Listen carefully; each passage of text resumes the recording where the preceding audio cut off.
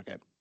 Okay, it is 9 o'clock, so we'll call this meeting of the Dunn County Traffic Safety and Emergency Medical Services Committee to order. Agenda item number 1, call to order. We did that. Number 2, roll call, and Travis will mark who's here. Agenda number 3, approval of the minutes. Do I have a motion to approve the minutes from the last meeting? Motion made by Prochnow, seconded by Dustin. Any discussion on the minutes? Okay, all those in favor of approval, say aye. Motion passes. We'll move on to number 4, public comments. Was there any public comments? Okay.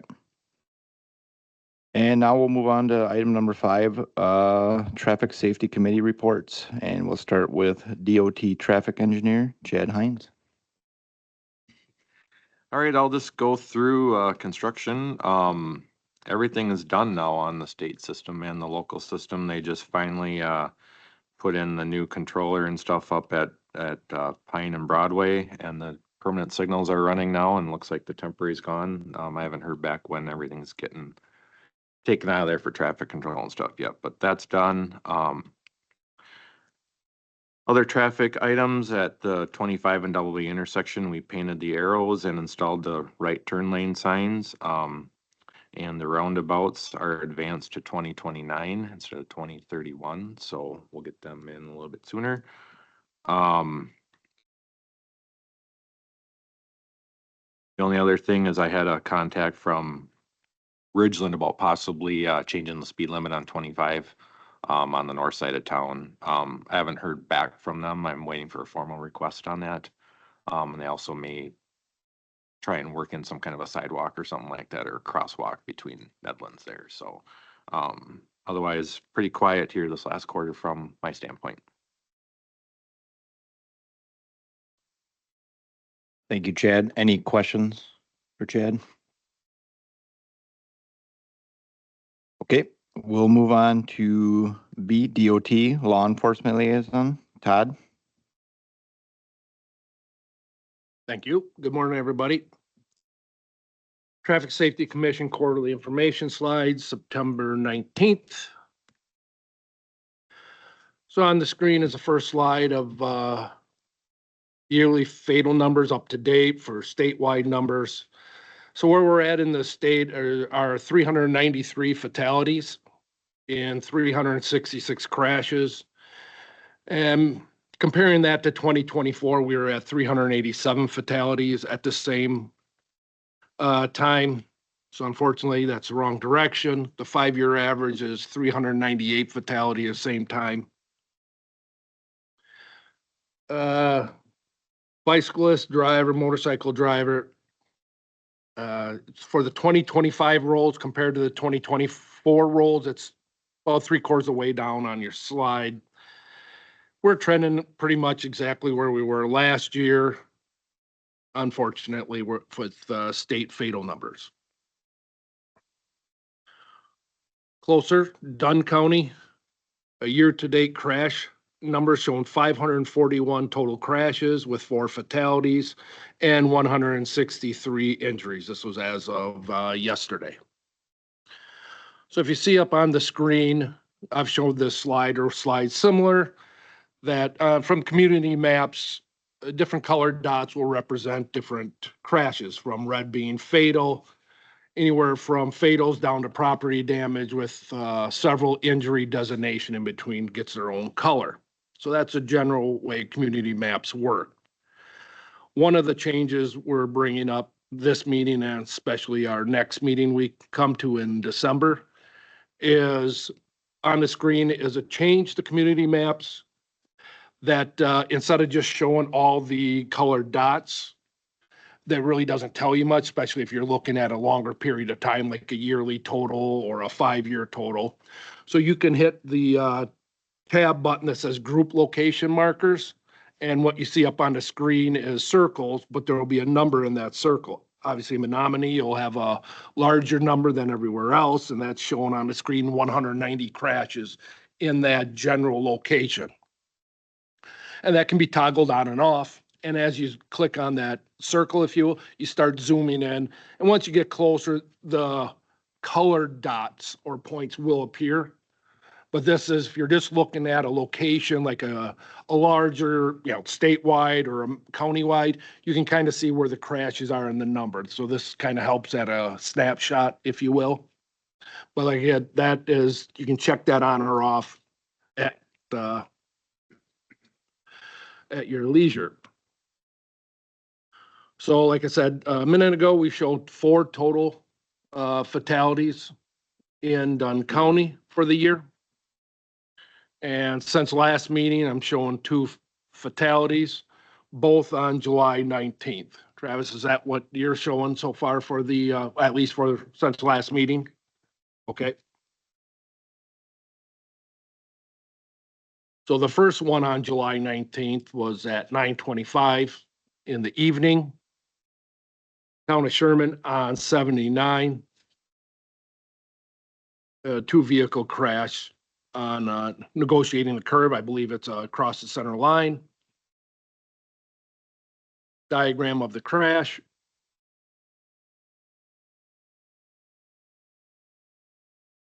So looking at the 5-year history in this specific location, I did negotiating a curve, and I did not find any other crashes besides the one we're talking about in this area.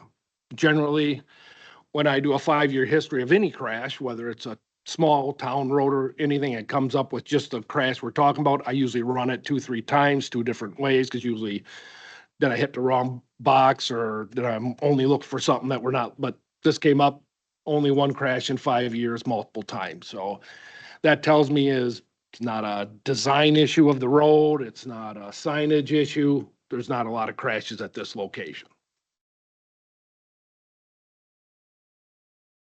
Second crash was 9:15 p.m. on July 19th, the 1-vehicle crash on 960th and Crescent. I believe speed was a factor on this, lost control, left the roadway. I don't believe the driver was belted, according to the description. And the crash report, again, check the 5-year history in this location, and this is the only crash that came up in the 5-year total. Generally, when we're looking at the fatals, I exclude any car deers. Unless it's part of a fatal, then I'll look at them. But I even included car deers in this location, and I found none. So unless somebody has something else to say in this location, I'm not finding a lot of crashes.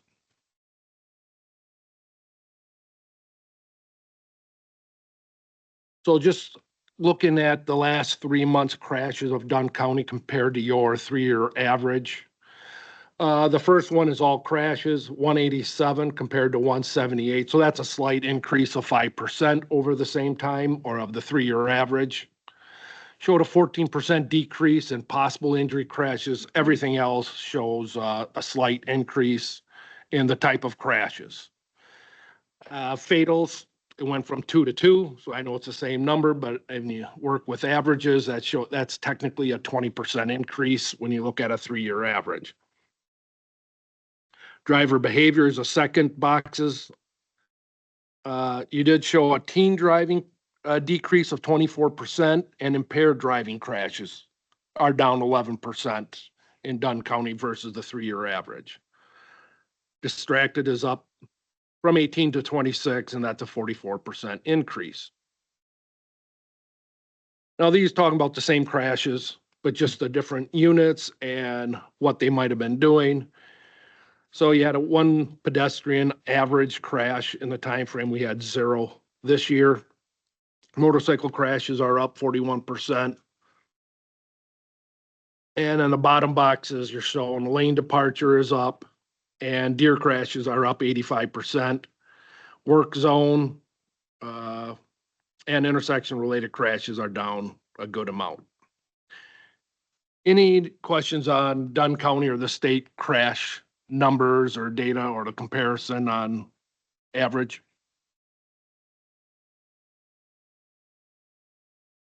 You said Deere's up 85. Is that year to year or how? That was compared to the 3-year average. 3-year average? We're Okay. done. Yeah, same time frame. I was doing June, July, and August for these numbers. Okay, thank you. Yep. So last year we talked about wrong way driving and I call these the engineering slides, but we get certain slides from DOT's engineers that we pass along. Usually, these are from, but we did talk about wrong way driving last year, but it is a big problem.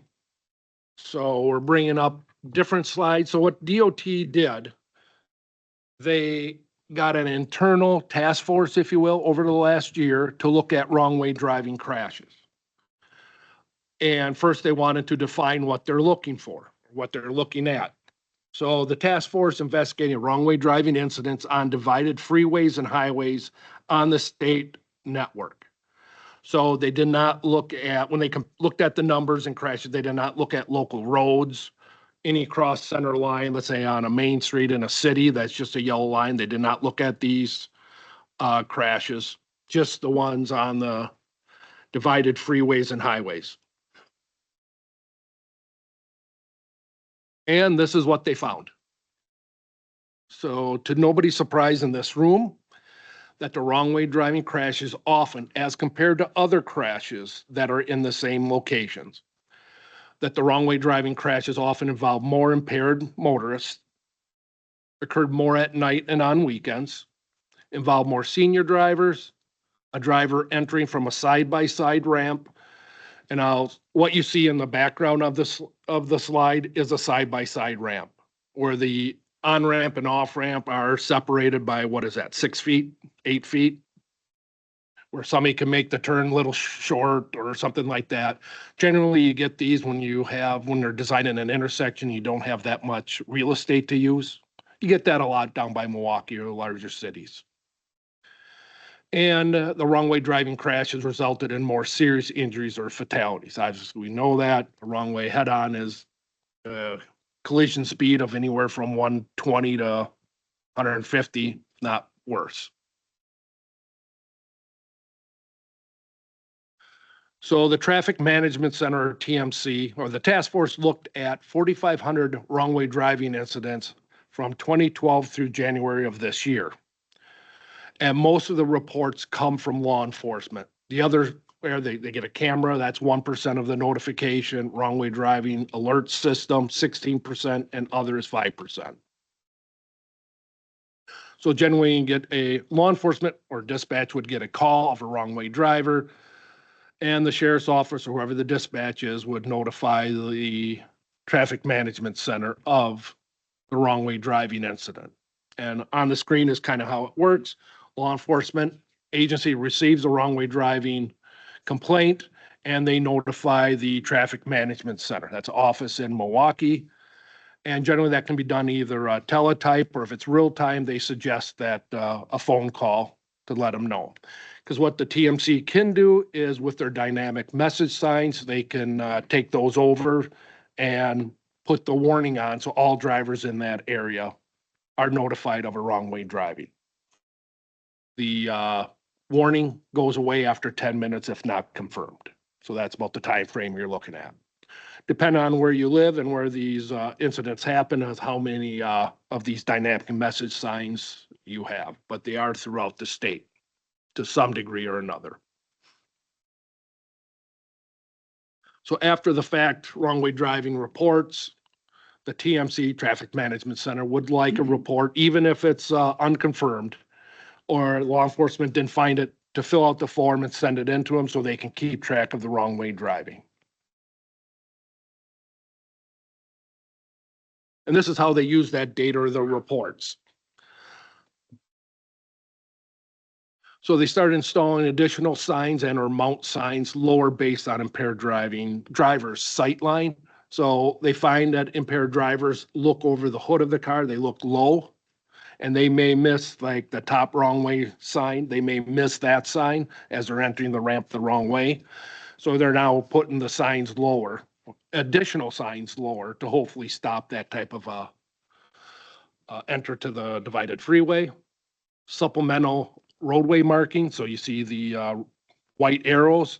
They'll put them up farther. I was just in California, and they have the arrows all the way up the off-ramp.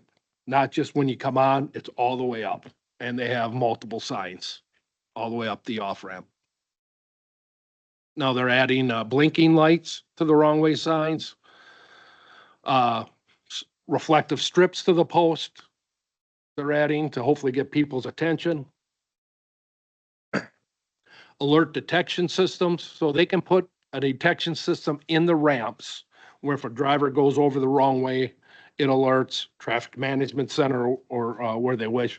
But each ramp, I believe, is around $100,000 for that thing. So it'd be nice if every ramp has that, but it's obviously a dollar amount.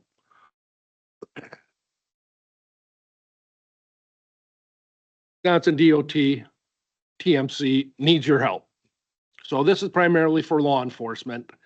So if you do get a wrong way driving crash, as you look at the bottom right, they're asking that on the accident report, make sure officers check the box that says the driver was wrong side or wrong way driving. I'm sure all officers do that. The only other thing they ask is if the officer can ascertain where the person got on the wrong way, what ramp, or were they going the right way and did a U-turn or whatever. Put that in the narrative so the engineers can read that and say, maybe we're getting a lot of people going the wrong way on X intersection or something like that. Maybe we can add those signs earlier, or so maybe we can help stop that, a problem intersection. In summary, the task force areas of focus, we talked about most of that, looking at enforcement, communication outreach, that's pretty much what we're doing now. And the activities are the signing. They're looking at better design of the off ramps, on ramps, and installing treatments. Any question on the wrong way driving? So I just want to add, I am the lone law enforcement officer on the wrong way driving task force. Okay. And Dunn County, we were number 11 for wrong way driver intersections. And they're going to take care of the top 10. They're working on the top 10. So we were close to seeing extra signage and more technology at the 52. But we were close, but they did the top 10, and the majority were down in Milwaukee area just because of higher traffic volumes and stuff. So Yeah, that was for the detection and those Yep, more all that expensive. kind of, yep. But we have gone through, last year before the task force even met, we had gone through and made some improvements on 29 already, Yep. getting ahead of this. But I think now we got to make a few minor changes to what we've already done. But now we're also adding in stuff at the side-by-side ramps, like at 40 and 29 there, and a couple other locations too. So I just ran a report for, as long as we're still capturing that in CAD, somebody's putting wrong way driver in. We only had one incident in the last 4 months, which is drastically reduced after those improvements were made to the 2950 at the exit 52 ramp. So I think that made a huge difference. The one we had was just 6 days ago, was a truck going the wrong way on 29. Thank you.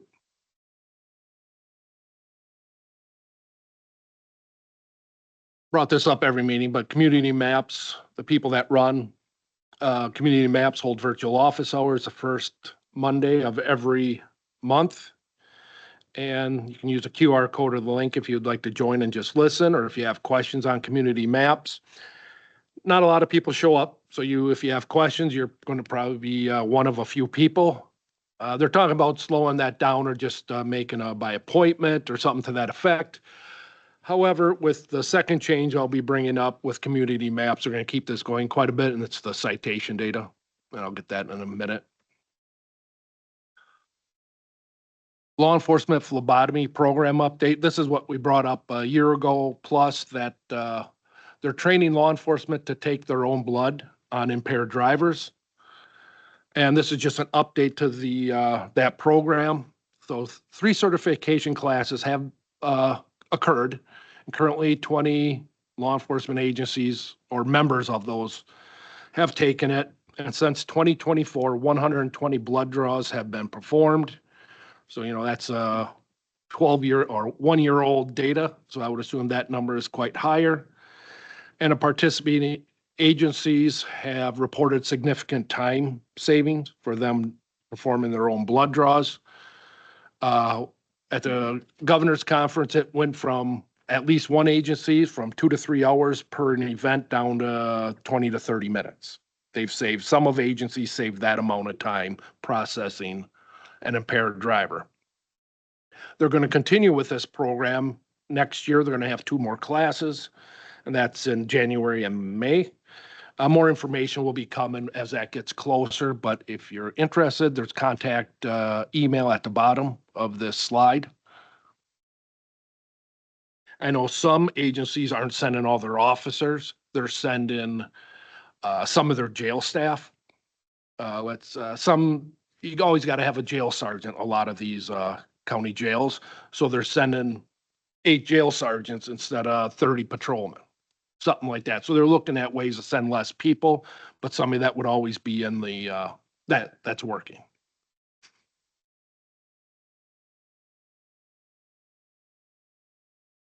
Emergency contact law, I put this in there because of a meeting I was at here a couple meetings ago. And I've been passing it around to other counties, and it's been received very well. That everybody that has a Wisconsin license can add emergency contact to your driving record. So law enforcement can look at your driving record and bring up one emergency contact in case you're hurt in a bad crash or any incident or an emotional, mental issue. At least somebody can get a hold of your next of kin or your emergency contact. It's voluntary. A DMV must ask you when you renew your license if you want to add emergency contact, or you can add it, anybody can add it at any time. This is just, I searched for it on DOT's website. This is a screen grab, and you can hit the Start Now button and add it to your own driving record. Again, it's totally voluntary and it's protected. It's not subject to open records law, just like someone's driving record. Another category I would suggest is elderly drivers, because we do find they get confused a lot, and then trying to find contacts is a problem. Good call. So I have about 15 slides of proposed legislation, but we have talked about these in some degree or another, whether it's at the representatives or the Senate or public hearing. So I'll just get to the new ones. So these are unintroduced, at least at the time I got this. One is school bus camera recording. This would allow the school bus cameras to also record the audio, not just the video. I believe there are some questions about just recording audio and video about the privacy of talking on a school bus. This bill, if passed and signed into law, would allow school buses to record audio also. School bus operation over 70. If passed, this bill would change the requirement for frequency of CDL testing for drivers over 70 from 2 years up to 4 years. So they wouldn't have to do their testing every 2 years, it'd go to every 4 years. Some of us might be scratching our heads on this one, but it's simply they're trying to pass this because of the lack of school bus drivers. They're finding a lot of people 70 and over that go to take their test. They just say it's not worth it, and they just get out of driving school buses. Driver education curriculum, this would make it mandatory. All driver's education courses would include instruction relating to student crossing, school bus lights, and when to stop for a stop school bus. I would assume most already include this, but this would make it mandatory that must be in the curriculum. Move over, slow down for disabled vehicle, much like you move over to an emergency vehicle alongside the road. If a vehicle is pulled over, any vehicle pulled over with its hazard lights on, you must move over for the disabled vehicle. Or in addition to that, if you know as a driver coming up to that vehicle, if you can see that the vehicle is disabled, changing a tire or the hood's up or something like that, even though the hazard light's not on, you still must move over. Again, these are bills. They're not passed into law yet, but there are potential that are coming up or potential come up for at least for discussion. Oh, at the governor's conference, there's a big push to pass this bill to allow in Wisconsin speed and red light cameras. So this bill would only affect first-class cities, which in Wisconsin is only Milwaukee, but they would be able to use cameras that would watch red lights and judge speed. And from there, they can issue citations from what the information they got on these cameras to the drivers. There are some restrictions to this, and it has to be over 15 miles an hour. And the way Milwaukee's going to run this, if passed, is a private organization would install all the cameras. They would monitor the data. And if they get something that hit on the criteria, they would send it to law enforcement. Law enforcement would approve a citation, and then the private company would send the citation out. So that would mean that the citation is a city ordinance citation and not a state citation for that to happen. Or law enforcement would have to write the state citation. The way this one would set up is no money is coming out of the city of Milwaukee to get this up and running or maintain it.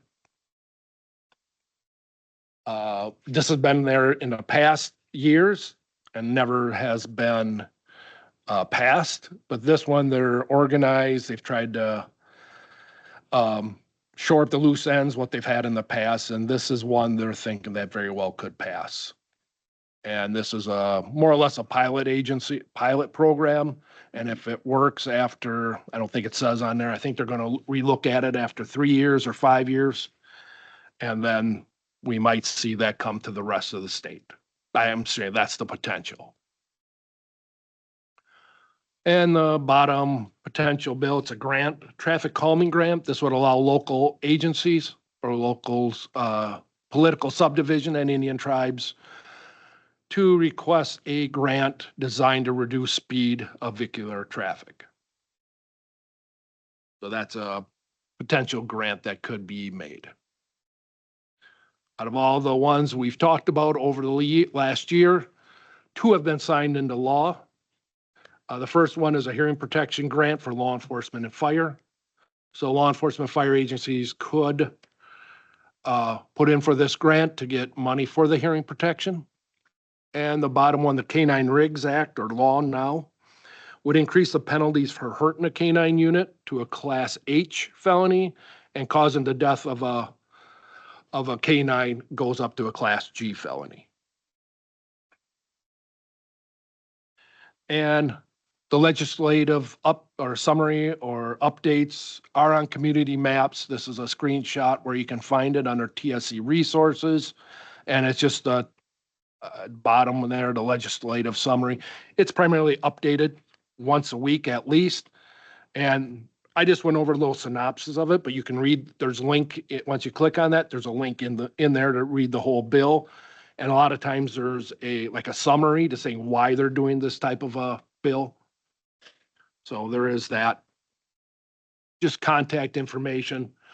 So the one other thing I do have a screenshot, or actually the live view is Community Maps is now adding officer citations to it. I'll see if I can get to it. Are we still up there? So this is Portage County. Portage County was one of the pilot agencies. So all the colored dots are speed-related crashes. And I don't know if I can zoom in at all. And see where they call it a heat map, but it's a shading along the roads. That's where citations have been written for speed. Now you can look for impaired driving. You can look for a number of different type of crashes or citations. So this is what it would look like in Dunn County if you choose to want your citation data to go on community maps. It's a good way to, we were looking at crash data now on that road where one of the fatals happened. Maybe it was a speed, one of them was a speed related issue. Are we writing speed citations on this road? So it's a good tool for law enforcement and people looking at crashes to see where crashes are versus citations. We'll get into this in much more detail at our next meeting. This is just a touch of what we're doing, but this will be next meeting where we go into this quite a bit more detail. And like I said, Portage County's up on the screen. They're one of the pilot agencies, but at our next meeting, we're gonna go around asking in these committee meetings if what agencies want to be a part of this. So Travis already sent me an email that Dunn County wants to get on board. So I'll start October 1st. I'll send a message. We won't wait till December. If you want on board early, we'll get your name in. And any other agency in Dunn County wants to, just let me know. We'll sneak you in as soon as possible. And the data is collected just by the same way traffic crash data is, by tracks being transmitted to the state, citations being transmitted to the state, goes on here the same way. So little to no added work for local law enforcement to get this data. I'll just point out there's really no personal data attached to these, so it's just looking at the numbers, which can help us in developing traffic safety plans. So yeah, you can only find this on the advanced tab in community maps, which you need a login for that. And on a crash, you can click on the button and bring up the crash report. If you have advanced login, you do have names and everything that's on the accident report. You do not have that ability, even under the advanced tab, to bring up names, like you said, that the names are scrubbed from the citation data. That is all I have. Thank you, Todd. Any questions? Okay, we'll move on to railroad and Mike. Okay. Next is highway safety coordinator, Travis.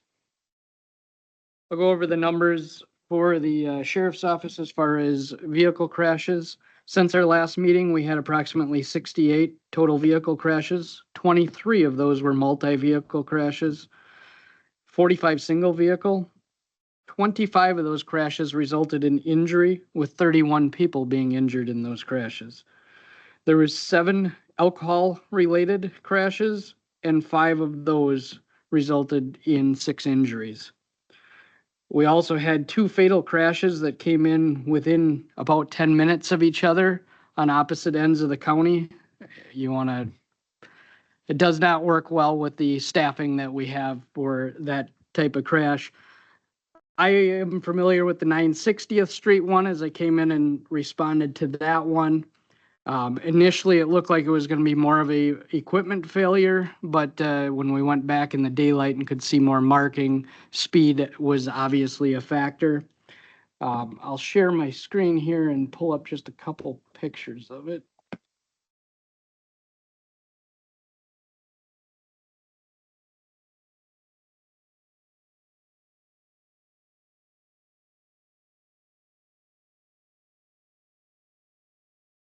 Like Todd talked before, there's a curve in the road here. However, this is clearly marked as a 45-mile-per-hour zone. There's actually speed limit signs on both sides of the roadway with flags on them to draw people's attention to it. I don't think there's a lot of crash data down there. However, there is, I think, a number of close calls, and that's why the extra signs were put up.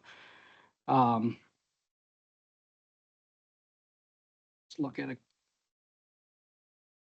There is adequate signage, I would say, for the curve ahead as well. But the vehicle, if you can see my cursor, started to slide already sideways here, leaving multiple tracks on the road.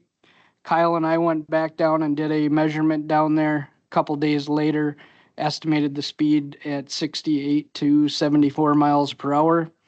Speed limit there is 45. Vehicle kind of followed the cursor mark, and then about here, it took a very abrupt turn and went off into the ditch. At that point, it appears that the rear axle did dislodge slightly and caused the back tires to start on fire, because it was reported as a vehicle fire at first. However, the fire was just contained to the tires. And that was likely due to the rubbing on the frame as it went through there. The vehicle involved was a very old Jeep. Pull up a quick picture of it here. And the mechanical nature of the vehicle was not so good. The front tie rod was a T-post that was welded into the vehicle.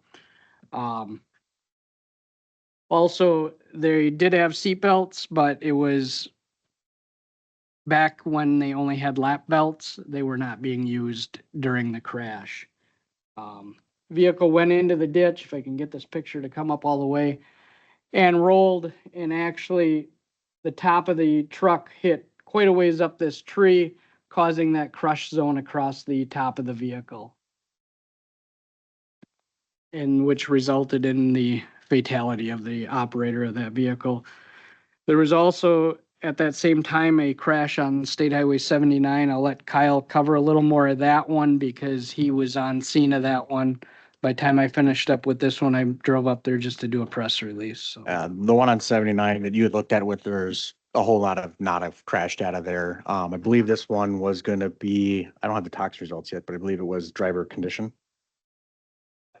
Yeah, basically driver going northbound on 79, straightens out the curve, goes head on into another vehicle. That's basically the short of it there. So, the only thing I don't think of, I can't remember off the top of my head, I don't think there's centerline rumble strips there. But again, I don't know if that would have made a difference at that point in time anyways.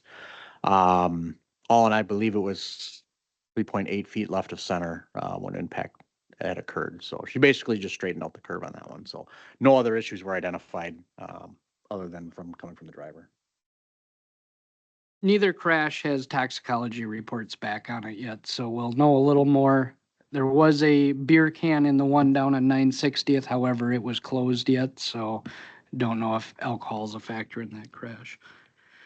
Then we just finished up our BOTS grant for OWI enforcement. We spent the remaining money that we had, so we are done a month early.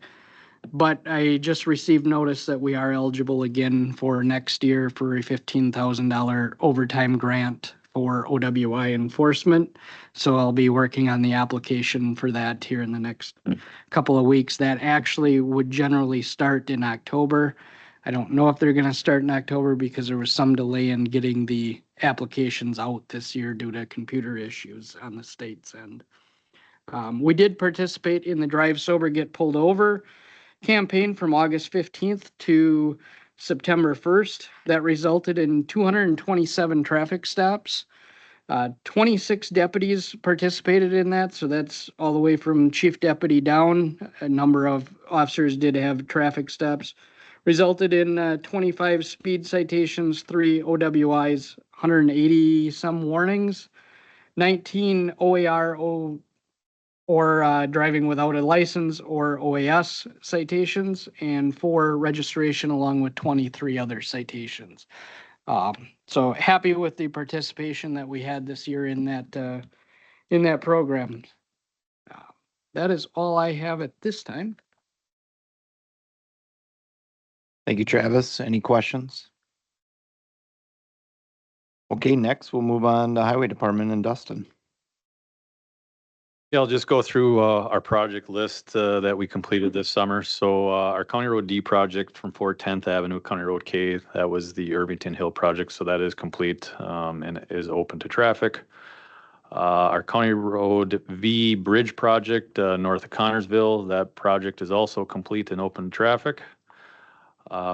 We are still waiting for pavement markings on a number of our projects that we completed this summer. County Road I or County Road Y down by O'Galley, County Road Double B from US Highway 12 to 25, and County Road G just south of Jakes and Pioneer there. We're looking at trying to get that completed here next week is what the contractor's telling us. We did make a slight improvement to the County Road B project. There's a notorious amount of crashes that occur right north of the railroad tracks on Double B and 12. For some reason, I don't know, people just like to drive straight off of that curb for some reason. So we did make some improvements. We widened that curve, and we did install some chevrons, larger chevron signs to help possibly correct some of these crashes. We also did do a traffic study on County Road D from Highway 25 to County Road G by Jakes and Pioneer. We did find that we are going to be reducing the speed limit to 45 miles per hour, starting at Highway 25 going easterly. Approximately, I believe it's about 3,000 feet. And then it reduces to 35 miles an hour going east through Jakes and Pioneer, north of the Tainer Town Hall. So we will be looking at doing that once the project is open. We are currently redoing that road from Highway 25 all the way to the north of the Tainer Town Hall. So crews are out there currently. We are trying to get that project done here prior to winter snowfall. We also did note we do always have issues with individuals not understanding what road closed to through traffic means. So we did post a video on our Dunn County Facebook trying to give a better understanding of what that means. We still have concerns. Obviously, every day people like to move barricades and do what they want to do. So that's a safety for the general public as well as our workers that are on the job. So it's an ongoing battle, but hopefully we can correct that going forward. And that's all I have. Okay, thank you, Dustin. Any questions for Dustin? Next, we'll move on to Highway Committee Chair Supervisor Prochnow. Okay. Next, we'll move on Menominee Police Department, Chris King. Morning, everybody. I'll just give some quick numbers for the sake of time. We're about right on track for traffic crash numbers for 2025 as in 2024. And luckily that's down historically from some years prior. So PI crashes since our last meeting are about on track with 2023. So no significant outliers as far as numbers. Last year we had a total of 273 crashes in the city, and we're right on pace to be right around that again this year. A couple crashes since our last meeting, a few actually. The intersection there at Highway 12 and 25 and Elm Avenue seems to be a problematic area for near misses. And then also we've had a couple good crashes there, and there's just a lot going on there. That's quite a few lanes to go across if you're going to try and get across. And then turning left if you're on Elm Avenue West to go anywhere north on 25 is really tough if there's any amount of traffic out there. So we did have a crash there since our last meeting where somebody was trying to get across Elm Avenue. A vehicle turned in front of them that was coming off Elm Avenue East. They stopped and just got plowed by another vehicle.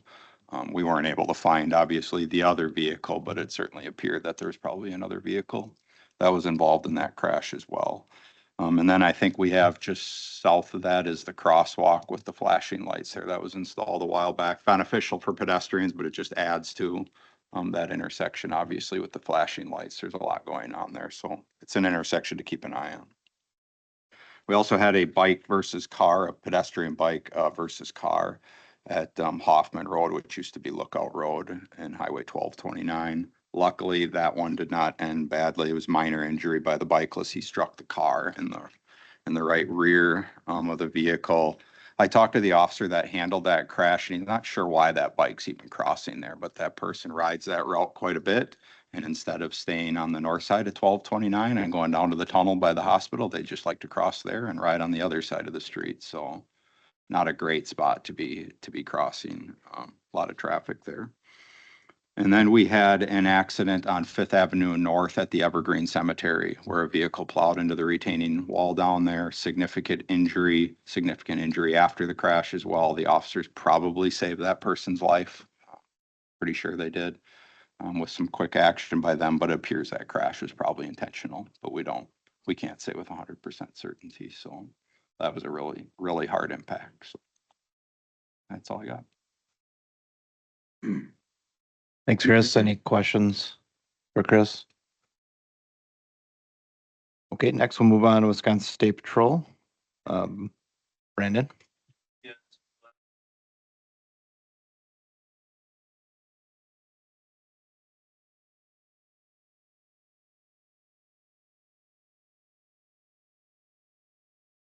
We got the semi crash that kind of caused a mess throughout the city and the county on video from the scale. He's gonna play that here so you can kind of see that. Talk about that for a minute.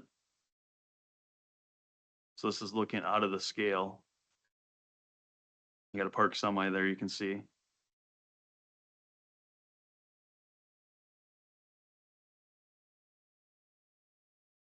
It resulted in both semis catching fire and causing an extensive closure of the interstate system, which caused major traffic issues throughout the county and the city.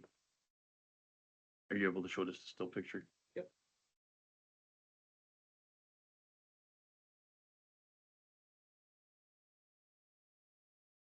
So you can zoom in. This is the aftermath. The problem that we run into, obviously, number one is just personnel trying to get all the intersections covered, but then the other one is the electronics, because everybody's GPS is sending them 3 different ways instead of following the alternate routes. So with that, I'll turn over to Kyle. He's talked to somebody from the state about the traffic light operations and stuff, so. So yeah, so this crash created one heck of a backlog of traffic on the alternate route. Captain Mayor and I were going back and forth with each other, trying to figure out how to move all of this traffic that day. It was quite the pain. One thing, being a traffic incident management instructor, we wanted to get to, originally, the biggest intersection where we had problems was at 1229 and double B. No, 1229 and B-Boy. Major intersection, 4 lanes, both directions, and yada, yada, yada. Using the police access keys to the boxes to handle lights. Originally, it was being traffic controlled by 2 officers. Some of them nearly getting struck because of traffic not paying attention, whatever else, trying to get people to go against what the traffic lights were wanting people to do. So the thought was to change the signals, to open up the box and the law enforcement access, and to use the manual remote control to change the signals. Well, we found out that DOT has removed the law enforcement manual button cord for doing that on major routes, on all state highways. So in those law enforcement boxes, they're only placed in city-owned jurisdictions. So that's why we found the cord at the intersection at 3M Drive and B to be there, and not at I-94 and not at 1229 at B-Boy. Kind of scratching my head as why the thought process was. So I talked with DOT engineers and whatnot at Steve Bachman at the DOT. Their thought process was their preferred method for directing traffic is to turn the signals to flashing red and have the officers direct traffic. On the law enforcement end of that, we don't like that. That poses a significant threat basically to us. People aren't expecting flashing red lights. They, quite frankly, don't know what to do. In handling that amount of traffic, it didn't work. So we were able to move one of the cords down to 12 and B, 1229 and B, and handle traffic that way, where we only needed 1 officer. He was off on the side. It was me, actually, signaling traffic through, allowing traffic to go through at specific timeframes. We found out that about a 20-second traffic flow for each direction kept things moving pretty good. So it wasn't bad. They can get up to go a little bit, probably about 20, 25 miles an hour, and the lights would change again. We tried going a little bit longer, but once traffic started to get up into speed, it created a backlog again on the back end from that. So what we went with back, and Steve Bachman and I went back and forth with, is they're looking into putting the cords back into some of those boxes along the alternate routes for that purpose. Especially along the I-94 and Highway 53 corridors. But again, some of those boxes are so old, the manual control may not work as well. So that they're kind of dealing with too. The other thing that we noticed too is when an officer goes to flip a switch from auto to manual, it is instantaneous. So that officer should hopefully be aware of not to do it during the middle of a green light and then automatically have it to go to flashing red. That causes problems. Steve's like, what are you talking about? I said, is there a way to change the programming on that? So when it goes to manual, it won't actually go to manual until all 4 lights are red across the board. He's like, well, what's the problem in that? I'm like, well, when you go from green to flashing red in an instant, cars are going to slam on the brakes. Oh, we didn't think about that. So something to be working on their end, but if your officers are there and trying to direct traffic and there's not a cord there, it's probably because it's a state intersection. There may be a cord inside the other box, the main box. Nobody has access to those keys, only the DOT engineers do. So they're just saying at this point, you're gonna have to swing traffic by hand from there, so. Questions?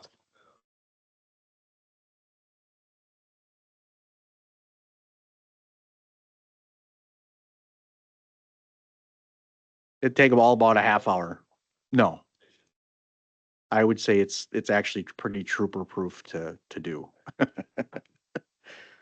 I would add to that, like when we use the alternate route going through the city, it's almost near impossible to have an officer man those intersections due to staffing. So unfortunately, a lot of times it is what it is, and I don't think the general public knows that. We can't have officers even one at an intersection to run those remotes unless we're full staffed and nothing's going on. So that's the problem that we have with the alternate route running through the city. And we found through the years, it's just better to let the traffic lights do their thing. And unfortunately, that's why there's such a backup, because like Kyle said, it gets unsafe in a hurry at some And- of these intersections. Yeah, the other thing too, that Captain Mayor and I found out that people were taking their own routes and then trying to cut in. Well, that stopped a lot of traffic. And so they actually did get the highway departments out, the townships out to get some road closed signs out. That seemed to help to mitigate some of that. But yeah, people were taking their own routes and whatnot. So, but it was a big undertaking, that's for sure. The biggest problem we seen was they were trying to get on at 730th Street, which is right at the crest of a hill. So traffic was actually flowing very well past 730th Street, but from B to 730th Street, and I had to drive all the way around the back roads to come back the other direction so I could see what the problem was. And then we tried to address that by shutting down 610th Avenue and a couple other ones. And it finally got to the point where we pretty much had to shut every small road down because we had semis going down 610th past County E, which is a very narrow road, not a place for semis to be going. So it just, GPS has created a heck of a problem with this because it was telling people to get off prior to our exit here, having them get off at the 32, at the 41 because of the backup in traffic. So then you had traffic coming through the city because they all got to come eventually the same way. And you had the traffic coming down B, which created a heck of a backup at that location.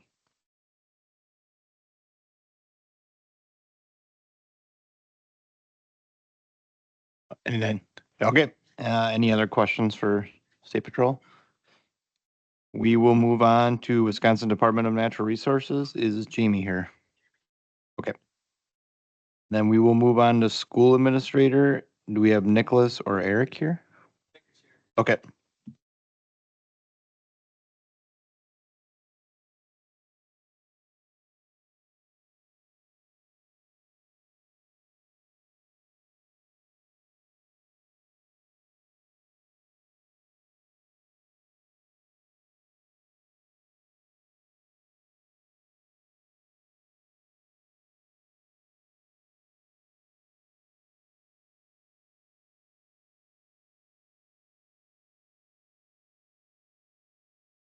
Thank you for letting us be a part of this. I know Bill enjoyed this committee a lot and he shared a lot of stuff at our meetings also. I'm the superintendent in Boyceville, if people aren't aware of that. Eric's at Elk Mound, but thanks for letting us be a part of this. It was already interesting to hear about the bus audio. That was a big policy issue a year ago. We actually went in and took the audio off of our buses. But plan on putting it back on. So whether the law is there or not, but we did put it back on already, but policy said we could, so. I don't have a whole lot to say, but I do appreciate the heads up on as far as busing things that come up. Road closures and things like that do a lot for us to help out with planning alternate routes for kids and for parents and that kind of thing. So being part of this group and hearing some of the stuff will be very helpful. Thank you. Eric, do you have anything to add? No, echo Nick. The only thing is last year we did have 3 bus incidences for the Elk Mountain School District. 2 were rear ends. I believe one of the individuals was under the influence. The other was a student who came out of the driveway too fast, and then the other was a icy road. Our bus went into the ditch. Those are the 3 things that we actually did do a training. We do evacuation trainings. We use that video to train our other bus drivers from the first event, which was very helpful, we felt like. And I did speak to our lead transportation person. They are seeing more individuals run their lights. So this school year compared to the past, he thought. So we're going to try to maybe do a video and put it out on social media for our community members. That's all I have. Thank you, and thank you guys for joining this committee. Thank you. Well, next we'll move on to Dunn County Board Representative Supervisor McCullough. Is he on? Okay. Next we'll move on to community member Ryan Howe. Hi, good morning, everybody. Like Eric said, we've had a lot of issues with red light runners as well this year. I'm working with Travis, getting him some stops and some times for the buses on Highway 25. That's where our main concern has been this year, south on 25, and then mainly on North 25 up by Seasons Harvest there. So hopefully we can catch some of these people. And I think the Sheriff's Department has done a great job when we send reports over, and the Menominee Police Department as well. So we really appreciate all they do for us there. Yeah, I don't know, with the videos and stuff putting out on Facebook, and it's just hard because I don't understand what the big issue is. I mean, it's a big red flashing stop sign, but it just happens, and we're trying to curb that as much as we can. So yeah, we'll just work with the Sheriff's Department and the Police Department and try to get the people that are doing all that illegal passings. That's about all I have. Thanks, Ryan. Any questions for Ryan? We'll move on to driving instructor Jake. Yes, good morning. Just a couple things that I've observed teaching. The distraction driving is, we talk about it a lot. Just yesterday, vehicle come through by Dairy Queen and Stout on their phone. It's pretty unbelievable still. We get the traffic lights and I have the kids point out how many kids we can get, or people we can identify that are on their phones. So we're doing a lot on our end for that. Just pointing it out and making different assignments for them to see it. I can tell you the improvement on Pine Avenue and 12 there for the left turn to head south is great for our teaching, because man, it's been hard to turn left and see past any big vehicles, and the intersection at John Deere there and 25. Still this morning, I had a vehicle in front of me pass somebody, and then there's a car. It almost happened again. Turn out to get on the 25, and the other person passed. So it's definitely, it's going to help improve for the roundabouts there. So, and I live in Cedar Falls, so I see it a lot as I go through there. So, but I don't have anything else to add. Thank you, Jake. Any questions for Jake? Okay, next we'll move on to medical emergency reports. And first up is Red Cross. Jenny here. Jenny's not, but she sent me some numbers, so I'm going to cover for her. She's actually down on a flood response still in the southeastern part of the state. She gave me numbers for the last 2 fiscal years. Numbers for 2025, they actually have been drastically up for the number of house fire calls that they've assisted people on. In 2024, they were 11, 2025, and I believe this fiscal year for them is over, but I'm not positive on that. They are at 23 with 68 individuals assisted in that. And then numbers for the Northwest Wisconsin chapter. They had 115 events or calls in 2025, which was 197 cases and 439 clients assisted. And the same time in 2024, it was 89 events or calls, which resulted in 146 cases and 339 clients. Thank you for that. Next, we'll move on to first responders. Shanna? Shauna?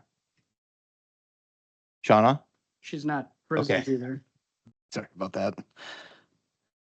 Next, we'll move on to Mayo Health Systems, Red Cedar. Do we have anyone present from Mayo? They are not present either. Okay. Next, we'll move on to Public Health, and I did see KT is here, so. Hey, folks. So not a ton associated with the streets and safety, but I do just typically give an update on some of the things that we're working on at the health department.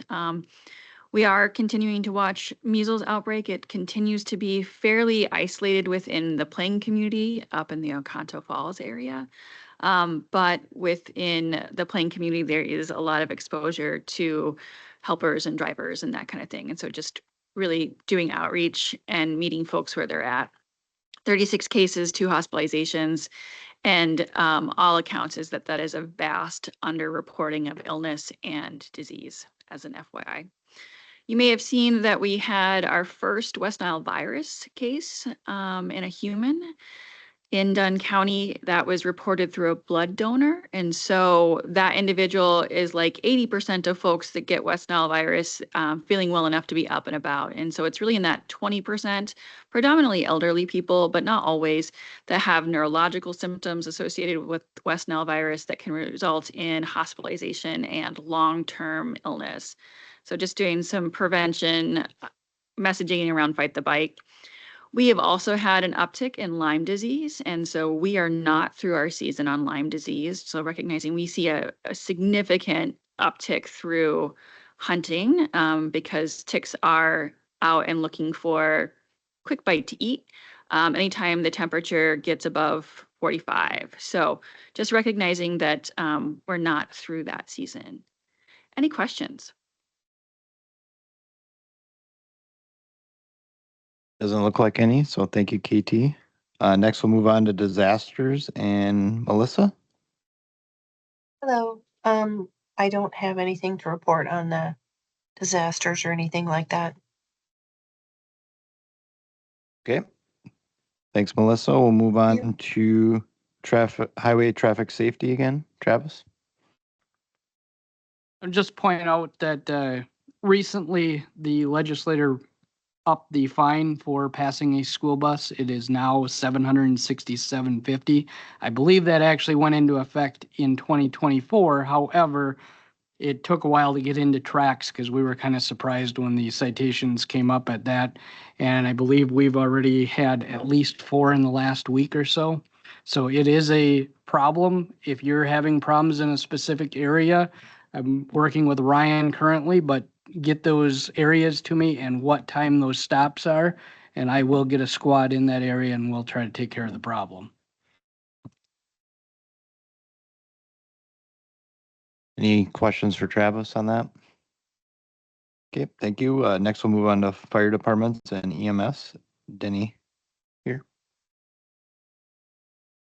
Good morning. I just talked to Andy quick on the phone, and most everything that we had has been discussed. One of the items that we did have is during the crash on 94, the amount of truck traffic that was coming in on 29 from the west and then going past the fire station and down Main Street instead of using the truck route. Not sure what can be done about that, if anything, when the reroute goes through town, but it was bad that morning. That's all I've got. Dustin, you can probably comment on that as well, but they also use the double B bridge, which is marked as 20 ton, is it? Correct.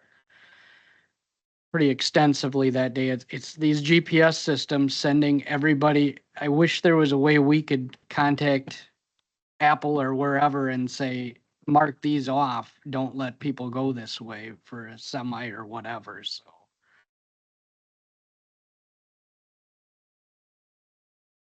Okay, any questions for Denny?